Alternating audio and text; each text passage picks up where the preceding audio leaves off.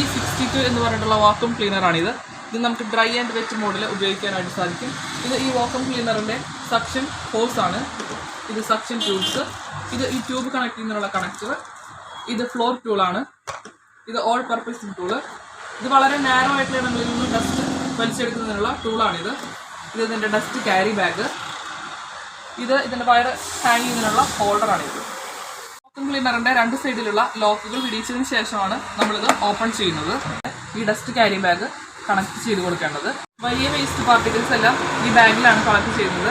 ഡസ്റ്റുകൾ ഇതിലാണ് ഈ air ഫിൽറ്ററിൽ collect ചെയ്യുന്നത്.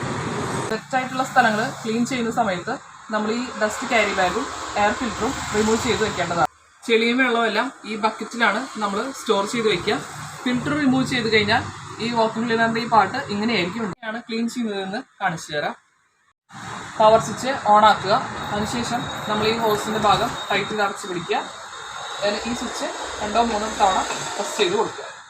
ഈ വാക്വം ക്ലീനർ നമുക്കൊരു ബ്ലോവറായിട്ട് കൂടെ ഉപയോഗിക്കാനായിട്ട് സാധിക്കും. അതിനുവേണ്ടി നമ്മൾ ഇവിടുന്ന് ഈ ഹോസ് ഇവിടെ കണക്ട് ചെയ്ത് കൊടുക്കുക.